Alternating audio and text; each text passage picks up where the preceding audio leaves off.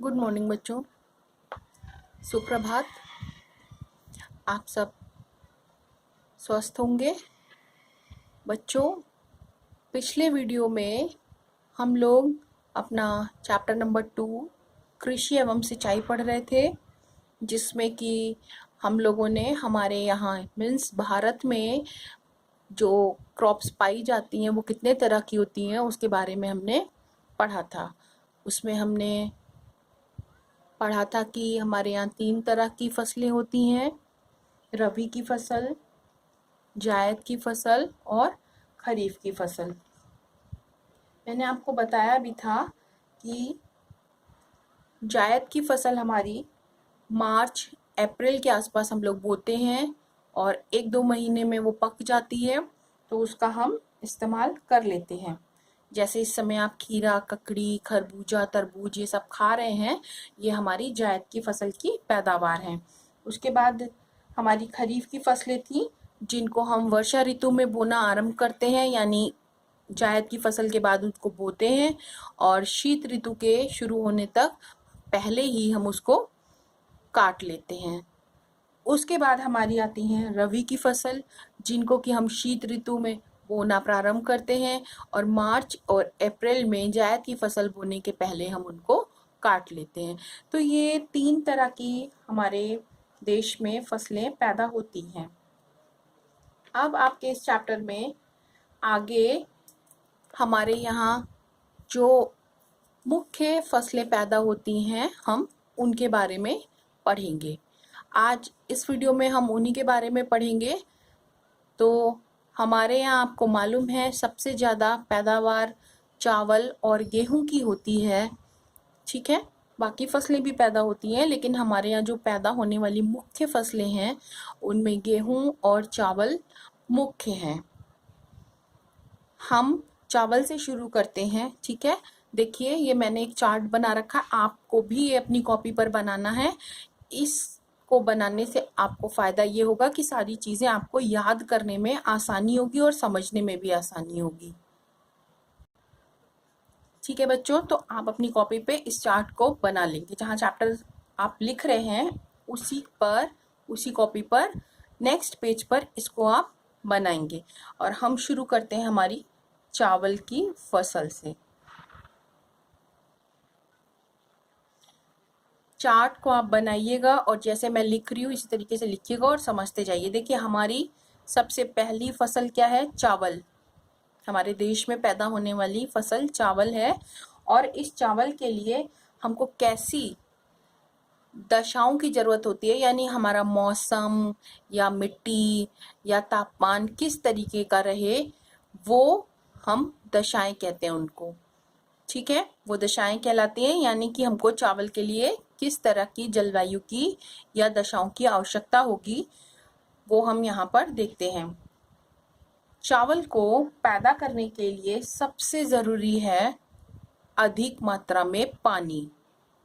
चावल उन्हीं जगहों पर पैदा होता है जहां पर पानी अधिक होता है, ठीक है। वैसे तो आप सिंचाई करके भी लगा सकते हैं पानी, लेकिन चावल उन क्षेत्रों में अधिक प्राप्त होता है या उनमें अधिक पैदावार की जाती है चावल की जहां पर पानी अधिक होता है, ठीक है।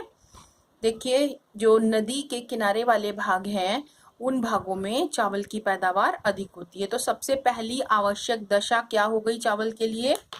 अधिक पानी, ठीक है।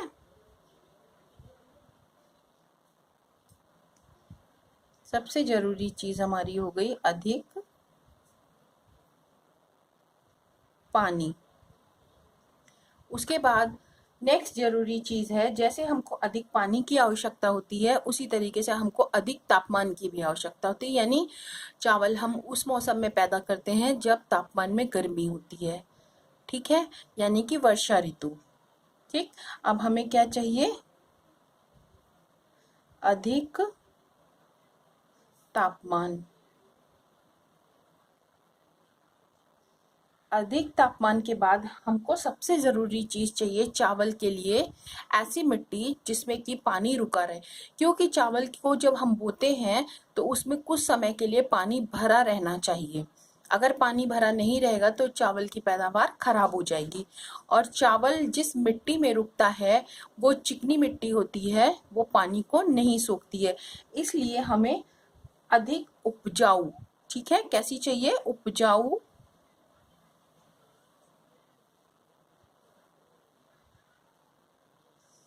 चिकनी मिट्टी।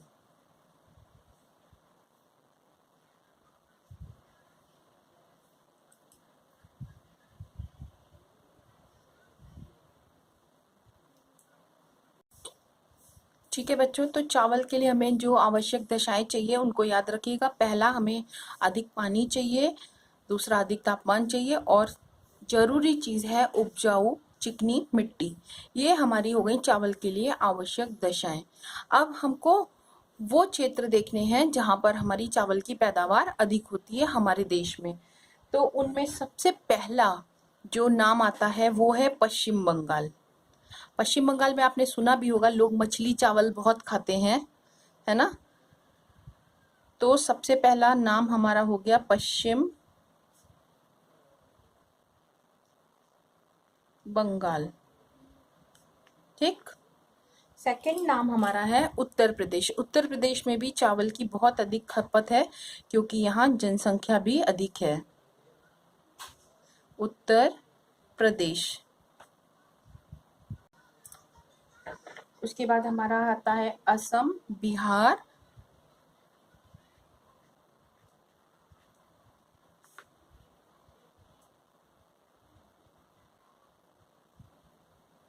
झारखंड,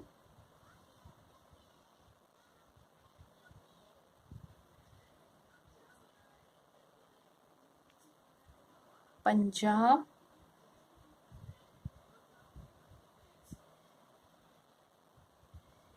ठीक है बच्चों। ये हमारे कुछ मुख्य क्षेत्र हैं जिनमें चावल की पैदावार अधिक की जाती है। और भी जगह होती है लेकिन ये मुख्य क्षेत्र है। अब इसके बाद हम बात करते हैं गेहूं की। अगला हमारा जो फसल है, अगली जो कि हमारे यहाँ सबसे अधिक होती है वो है गेहूं। अब गेहूं के लिए कौन सी आवश्यक दशाएं आपको चाहिए? इसके लिए चिकनी मिट्टी की आवश्यकता थी। गेहूं के लिए हम दोमट मिट्टी लेंगे जिसमें कि पानी रुकता नहीं है, बहुत अधिक मात्रा में पानी नहीं रुकता है। तो गेहूं के लिए हमको सबसे पहले चाहिए है दोमट मिट्टी।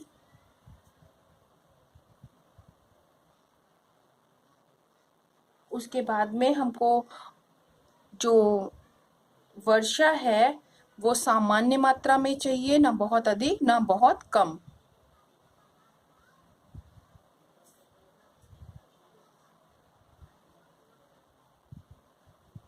और जब हमारे गेहूं पक रहे हों उस समय हमें थोड़ा सा गर्म तापमान चाहिए, ठीक है, यानी तापमान थोड़ा सा अधिक होना चाहिए। तो हम यहाँ पर अपने याद रखने के लिए लिख सकते हैं कि पकते समय गर्मी चाहिए, ठीक है, यानी कि तापमान हमें अधिक मात्रा में चाहिए। ये हो गई हमारी गेहूं की आवश्यक दशाएं। अब गेहूं हमारा कहाँ कहाँ पैदा होता है? गेहूं भी हमारा उत्तर प्रदेश,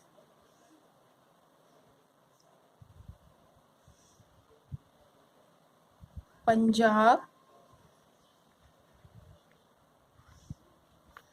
हरियाणा,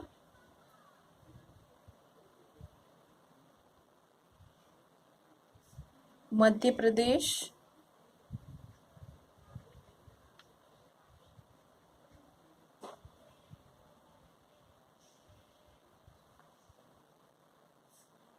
और राजस्थान आदि जगह में पैदा होता है, ठीक है। ये हमारे गेहूं के मुख्य क्षेत्र हो गए। आदि हम इसलिए लगा रहे हैं क्योंकि सिर्फ इन्हीं जगह नहीं होता, और भी जगह होता है लेकिन वो मुख्य नहीं है। अब इसके बाद हम बात करेंगे गन्ने की, ठीक है। उसके बाद हमारी मुख्य क्षेत्र फसल है गन्ना। गन्ना की पैदावार भी हमारे यहाँ अधिक होती है। अब गन्ने के लिए हम देखते हैं हमको क्या क्या चाहिए है। गन्ने के लिए हमको उपजाऊ मिट्टी, ठीक है, सबसे जरूरी चीज है उपजाऊ मिट्टी, यानी जो भी मिट्टी हम ले रहे हैं वो उपजाऊ होनी चाहिए।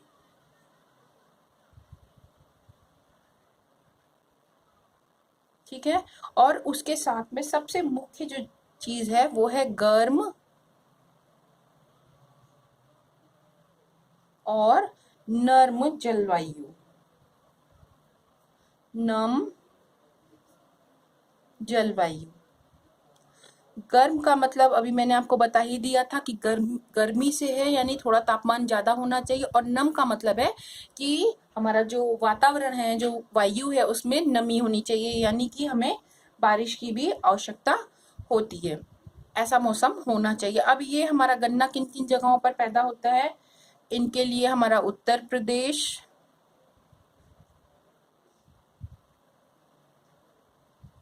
महाराष्ट्र,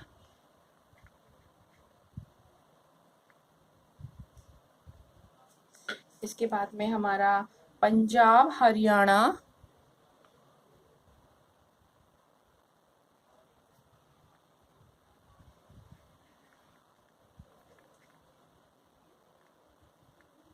तमिलनाडु,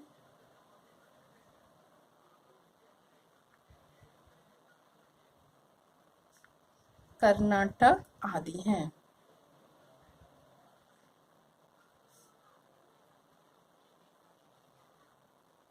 ठीक है। अब इसके बाद हम देखेंगे दाल। दाल हमारी किन किन जगहों पर होती हैं और उसके लिए क्या आवश्यक जलवायु है।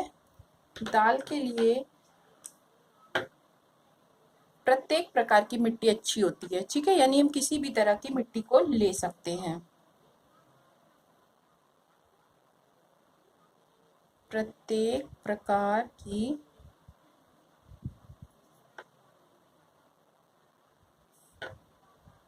मिट्टी, ठीक है, यानी मिट्टी किसी भी तरह की हो सकती है। फिर उसके बाद हमें चाहिए सामान्य वर्षा। इसके लिए वर्षा भी सामान्य, और इसमें श्रम यानी मेहनत कम। ठीक है, श्रम कम आवश्यक होता है, यानी कम कम आवश्यकता होती है श्रम की और की अपेक्षा। ठीक है। और ये जो हमारी मिट्टी होती है जिसमें हम दाल को बोते हैं, दाल होने के बाद वो दूसरी फसलों को और अच्छे से उत्पन्न करती है। ठीक है, यानी कि वो दूसरी फसलों के लिए और अधिक उपजाऊ होती है।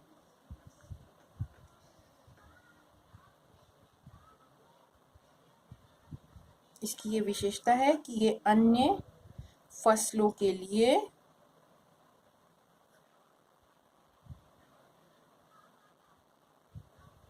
मिट्टी को उपजाऊ करती है।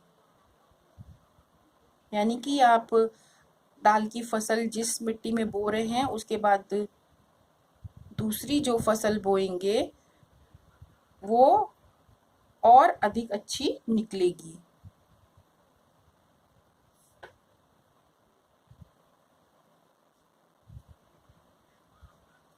ये हो गई इसकी एक विशेषता। ठीक है, ये देखिए। अब हमको दाल के लिए कौन कौन से क्षेत्र हमारे हैं, उनमें हमारा है मध्य प्रदेश,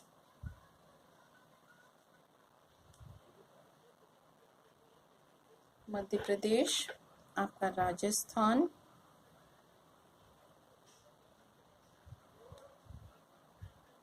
महाराष्ट्र, उत्तर प्रदेश,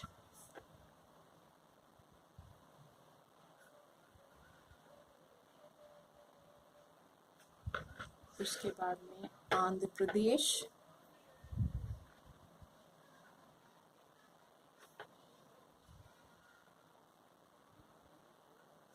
राजस्थान।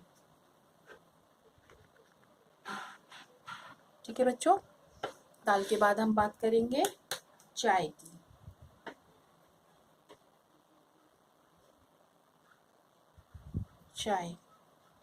चाय के लिए हमको जो जलवायु दशाएं चाहिए उनमें है सबसे जरूरी पहाड़ी ढाल होना चाहिए।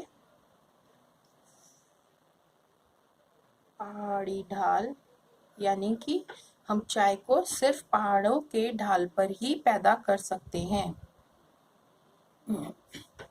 और ऐसा ढाल होना चाहिए जिस पर कि पानी नहीं रुके, हम पानी लगाएं और पानी तुरंत ही वहां से निकल जाए। नहीं तो क्या होगा, जो हमारे चाय की पत्ती की जड़ें हैं वो सड़ जाएंगी। ठीक है, पहाड़ी ढाल होना चाहिए जिस पर पानी न रुके। ठीक है, और इसके साथ में हमको चाहिए है अधिक वर्षा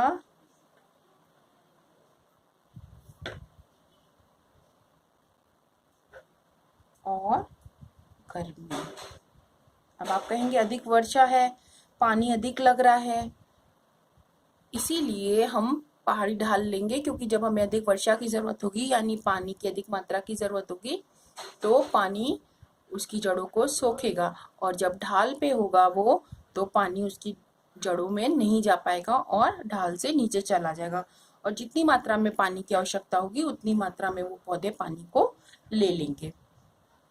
अब चाय कहाँ कहाँ होती है? चाय के लिए सबसे मुख्य क्षेत्र असम।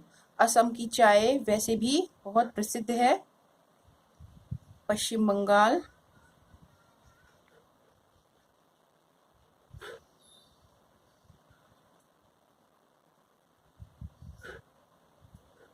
मेघालय, ये सब पहाड़ी क्षेत्र हैं, इसलिए इन पे चाय को हम आसानी से उगा सकते हैं। उत्तराखंड, जो कि पहले आपके उत्तर प्रदेश में ही था। हिमाचल प्रदेश,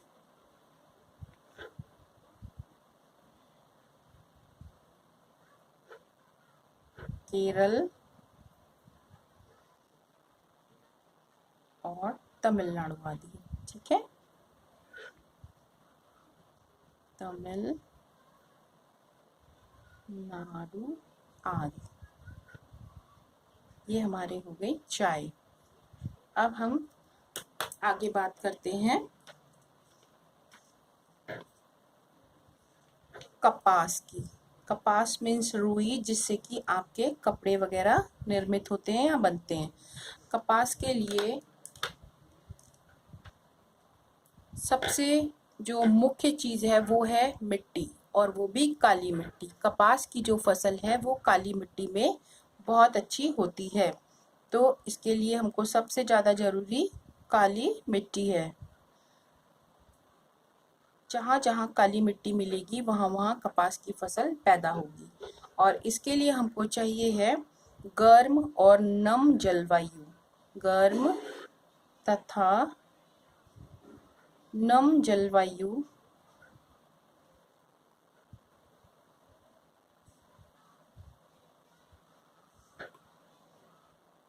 और अधिक वर्षा।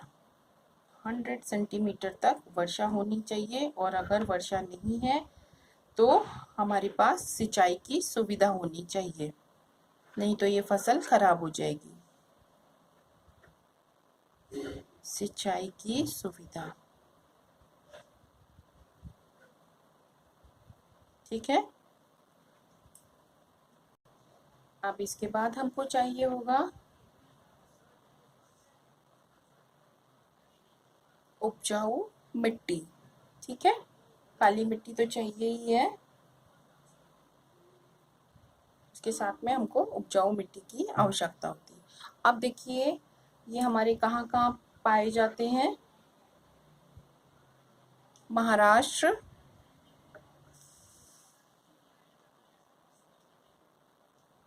ये क्षेत्र जो मैं बता रही हूँ ये सब काली मिट्टी के क्षेत्र हैं, और काली मिट्टी ज्वालामुखी से निर्मित होती है।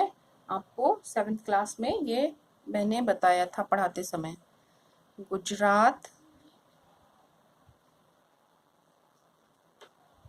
उत्तर प्रदेश,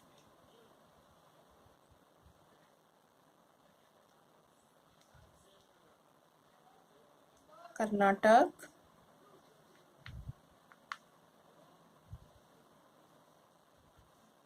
पश्चिम बंगाल,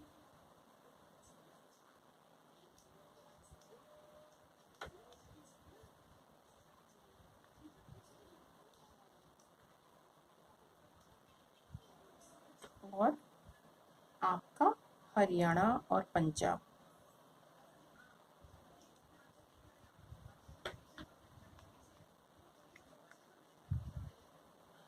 ठीक है, अब एक और फसल के बारे में आपको पढ़ना है, वो है जूट।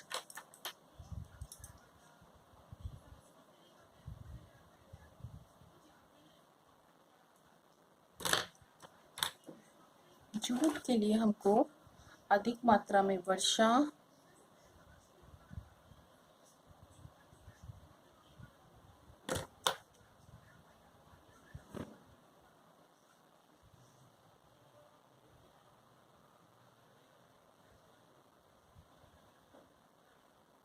गर्म व नम जलवायु,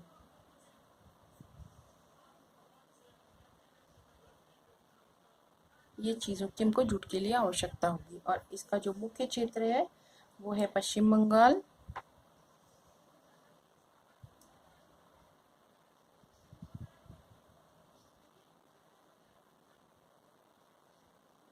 असम,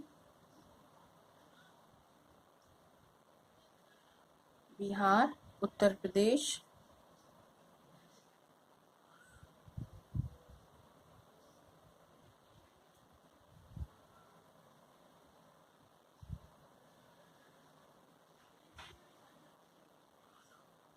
उड़ीसा आदि।